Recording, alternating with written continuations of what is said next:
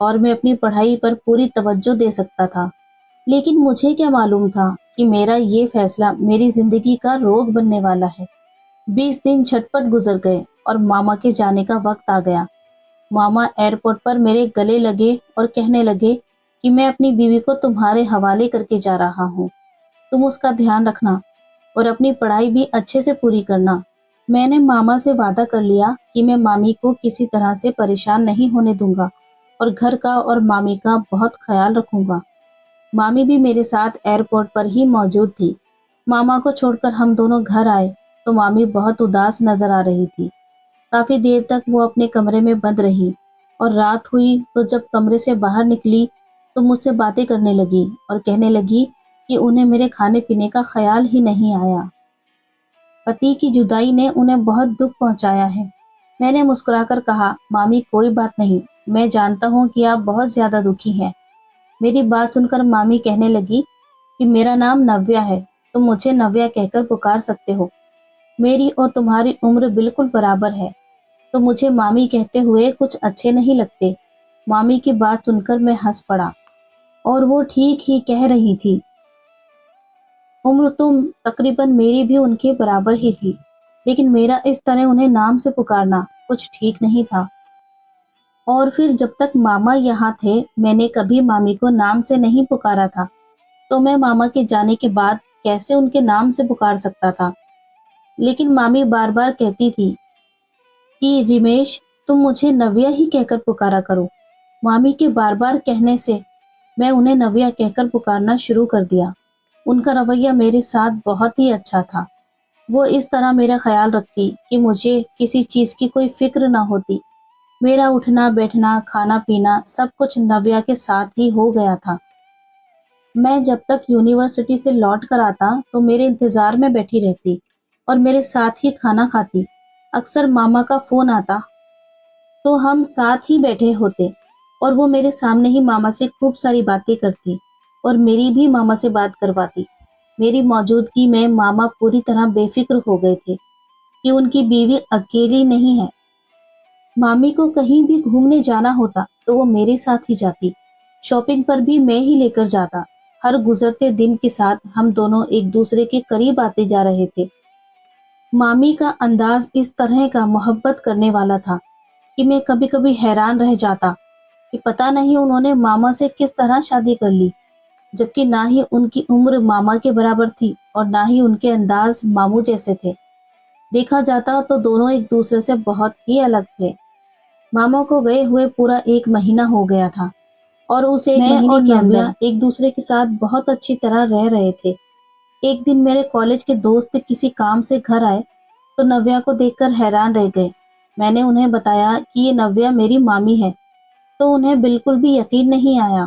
پھر جب نویا انہیں شربت پیش کر کے چلی گئی تو وہ کہنے لگے، یار اس قدر حسین مامی ہونے کے باوجود تمہارا ماموں دبئی میں کیسے چلا گیا؟ اتنی خوبصورت بیوی کو تنہا چھوڑ کر کیسے جا سکتا ہے؟ تمہارے ماما کو ذرا خوف نہیں آیا؟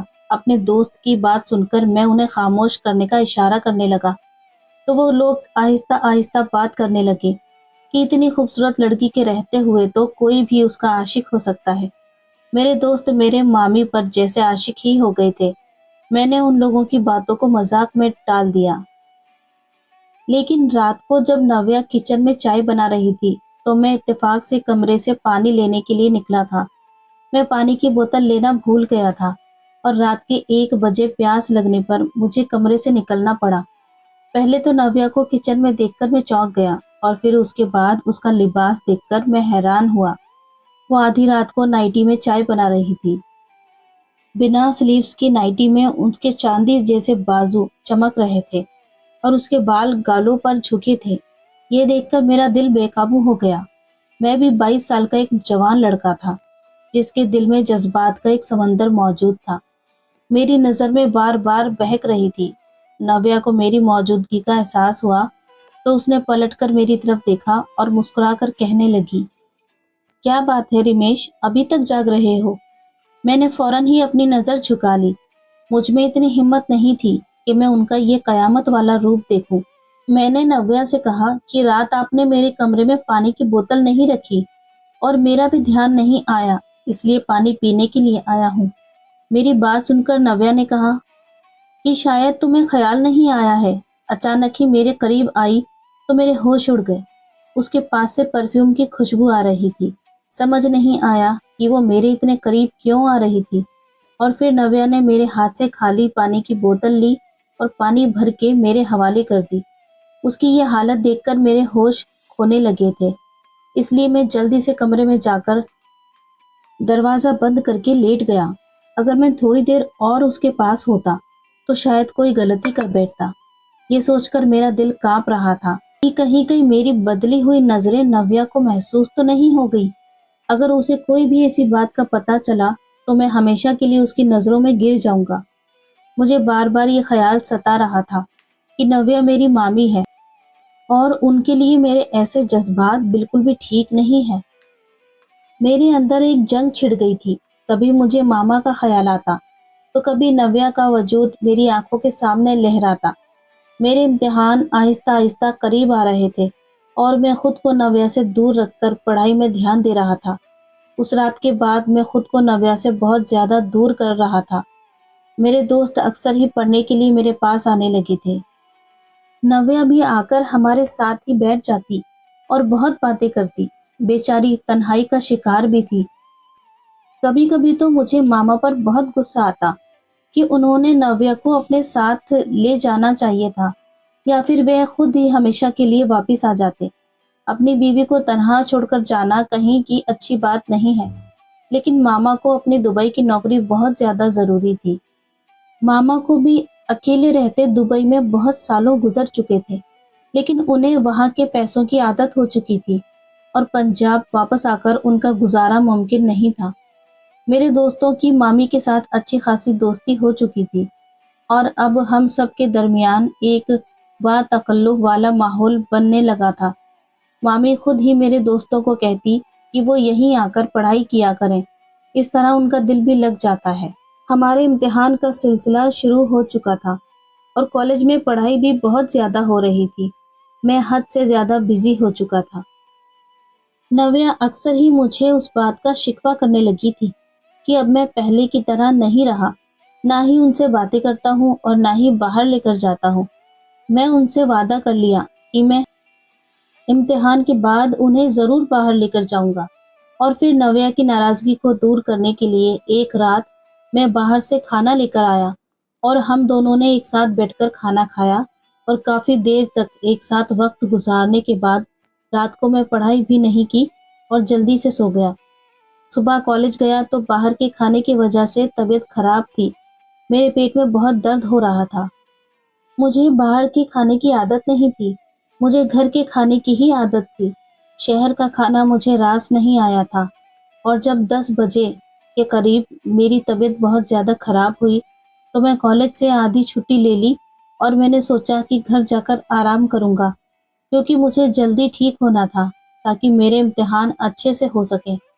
مگر مجھے کیا خبر تھی کہ میرے گھر جا کر مجھے ایک ایسا منظر دیکھنے کو ملے گا جسے دیکھنے کے بعد مجھے اپنے پیروں پر کھڑا ہونا مشکل ہو جائے گا۔ میں عام طور پر اپنے دوست کے ساتھ ہی اس کی موٹر سائیکل پر کالج آتا جاتا تھا، لیکن آج وہ چھٹی پر تھا، اس لیے مجھے بسوں کے دھکے کھا کر گھر جانا پڑا۔ اگر وہ ہوتا تو مجھے اتنی پریشانی نہ ہوتی۔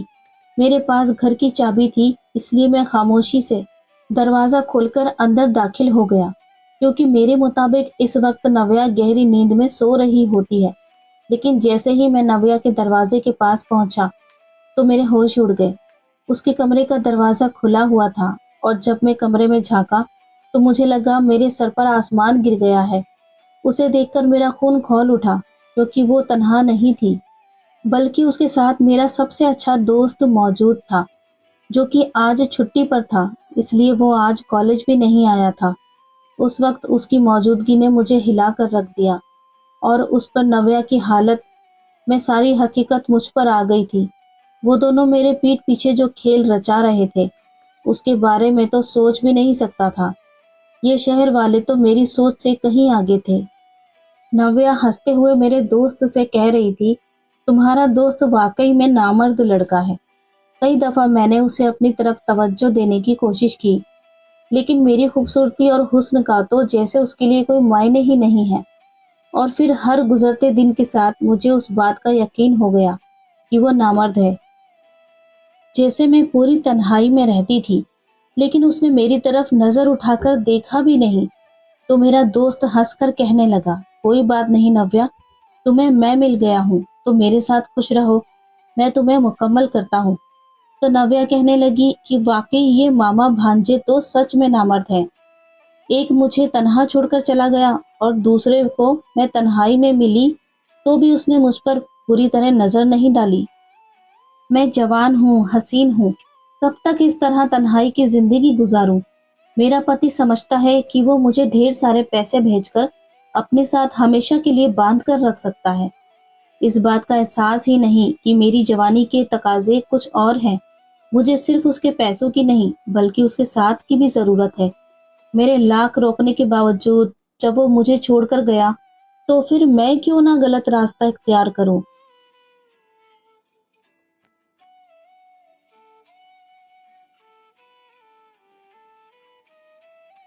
نویا نے کھلے لفظوں میں اپنی اوقات اور حقیقت میرے سامنے رکھ دی تھی۔ میں گھر سے باہر نکل آیا تھا کیونکہ اگر آج میں اس کے سامنے چلا جاتا تو شاید پھر کوئی رشتہ باقی نہ بچتا۔ میں فٹ پاتھ پر بیٹھ کر سوچ رہا تھا کہ نویا غلط ہے، لیکن نویا پھر میرے ماما کے اعتبار کی میرے ماما نویا کو تنہا چھوڑ کر چلے گئے نہیں تھا۔ بہت سوچ سمجھ کر میں نے ایک فیصلہ کیا اور ماما کو فون کر دیا۔ انہیں بتایا کہ نویا ان کے بغیر بالکل بھی ٹھیک نہیں ہے، وہ سارا وقت اداس رہتی ہے اور اگر ایسا ہی رہا تو شاید تنہائی سے مر جائے گی۔